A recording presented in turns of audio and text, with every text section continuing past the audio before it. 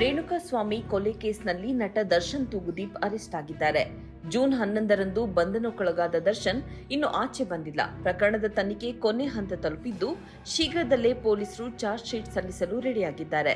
ಸದ್ಯ ದರ್ಶನ್ ಮತ್ತು ಗ್ಯಾಂಗ್ ಅನ್ನ ಪರಪ್ಪನ ಅಗ್ರಹಾರ ಸೆಂಟ್ರಲ್ ಜೈಲಿನಲ್ಲಿ ಇರಿಸಲಾಗಿದೆ. ಈ ಮಧ್ಯೆ ದರ್ಶನ್ ಅಭಿಮಾನಿಯೊಬ್ಬ ಪರಪ್ಪನ ಅಗ್ರಹಾರ ಸೆಂಟ್ರಲ್ ಜೈಲಿನ ಎದುರು ಹೈಡ್ರಾಮಾ ಮಾಡಿದ್ದಾನೆ.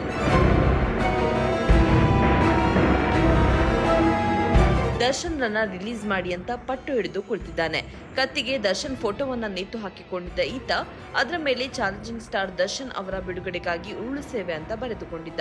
ನಂತರ ನಾನು ಉರುಳು ಸೇವೆ ಮಾಡಬೇಕು ಅಂತ ರೋಡ್ನಲ್ಲೇ ಹೊರಳಾಡಿದ್ದಾನೆ.